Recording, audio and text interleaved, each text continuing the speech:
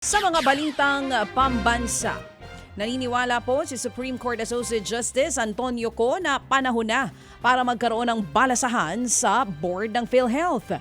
Sa pagpapatuloy po ng oral argument sa Korte Suprema kahapon, kaugnay pa rin sa issue ng nailipat na excess fund. Sinita ng mahistrado ang questionabling paraan daw ng PhilHealth sa pag-request ng pondo na nakabase lamang sa pag-compute ng premium rate depende sa dami ng kanilang miyembro. Ang tingin ni Justice Co na lilimitahan ng ganitong formula ang pondo na pupwedeng makuha ng PhilHealth. Lalo't nasa batas naman na marami pa silang pupwedeng mapagkuhanan ng dagdag na pondo na magagamit sana sa pagpapalawak ng mga benepisyo. Kung may sobrang pondo pa rin na natitira, dapat daw gamitin ito lahat ng ahensya. Sumang-ayon naman dito ang State Health Insurer at nangakong ginagawa na nila ito.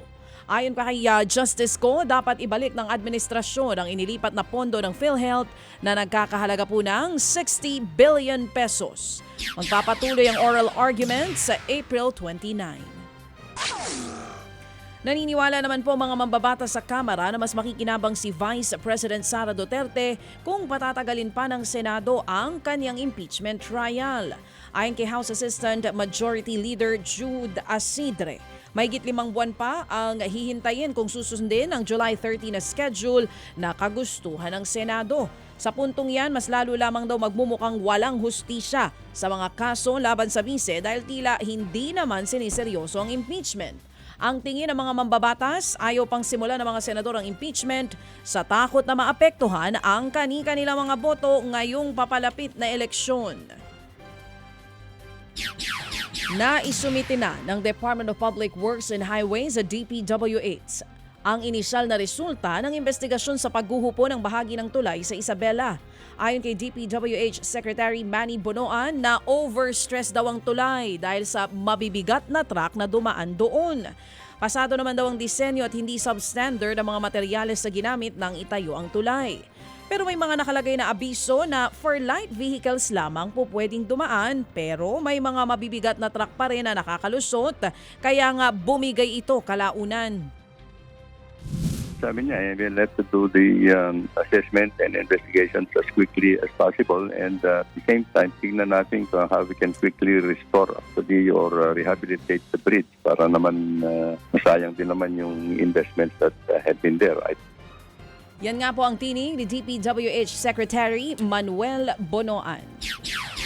Sa iba pang mga balita, aminado naman ng DICT na hindi sapat ang mga nakalatag na safeguards para mapigilan ang pagkalat ng fake news online. Ayon po kay DICT Undersecretary Jeffrey E.N.D., may batas na po pwedeng maisampa sa mga lalabag dito katulad ng cyber libel. Ang problema sa ngayon, masyado raw mabagal ang case build-up sa mga ganitong uri ng kaso. Ang tingin nga ng ahensya, dapat mabigyan din sila ng police power para masugpo na rin agad ang mga mahuhuling nagkakalat ng fake news.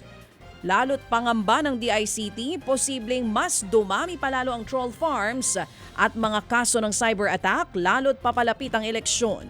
Dahil sa ganitong mga banta, pabor daw ang DICT sa panukalang i-regulate ang social media. I think it's about time that we regulate social media. But we should be careful about the term regulating. Sa akin kasi, the way you regulate is you do not ban or you do not remove certain posts, but rather that you tag them. For example, kung alam mong AI yan o deepfake yan, lalagay mo, this video is deepfake or is AI generated. Yan nga po ang tinig ni DICT Undersecretary Jeffrey E.N.D. Suspendido pa rin ang klase sa ilang lugar sa Luzon dahil sa inaasahang matinding init po na mararanasan ngayong araw. Walang pasok sa lahat ng antas sa lalawigan ng Cavite maging sa Pasay City. Suspendido rin ang face-to-face classes sa San Jose del Monte, Bulacan mula kinder hanggang senior high school.